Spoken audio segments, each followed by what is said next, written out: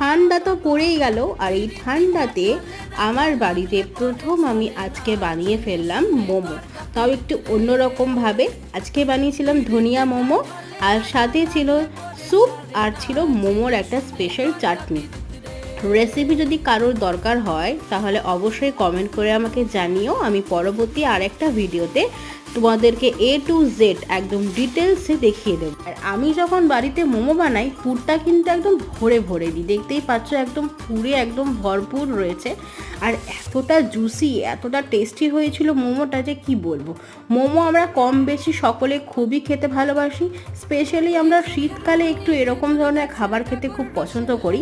তাই আজকে ভাবলাম যে নতুনত্ব কিছু একটা বানাই। মোমো তো প্লেন মোমো তো অনেক কিছুই বানাই, তো সেই জন্যই আমি আজকে বানিয়েছিলাম ধনিয়া মোমো।